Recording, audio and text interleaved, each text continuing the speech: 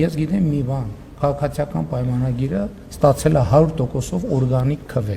Այն մյուս ուժերը ստացել են 100%-ով ընտրակաշառքով քվե առնվազն։ Բագրատ arczepiskopos Գալստանյանը դիմել է դատարան։ Թիրախում վարչապետ Նիկոլ Փաշինյանի հայտարարություններն են։ Սրբազան հայրը պահանջում է դատական կարգով պարտավորեցնել Փաշինյանին հերքել իր պատիվն ու բարի համբավը արատավորող ձևակերպումները։ Վեճի առարկան սույն թվականի հունիսի 11-ին կառավարության նիստից հետո Փաշինյանի հայտարարություններն են առ այն, թե ընդդիմությանը քվե են տվել ընտրակաշառքով։ Սրբազանը ընդգծում է, Փաշինյանը զրպարտել է ընդդիմությանը ձայն տված քաղաքացիներին ու պահանջում է, որ վարչապետը պաշտոնական կայքերով եւ առնվազն 5000 տպաքանակ ունեցող մամուլով հրապարակի հետեւյալ տեքստը.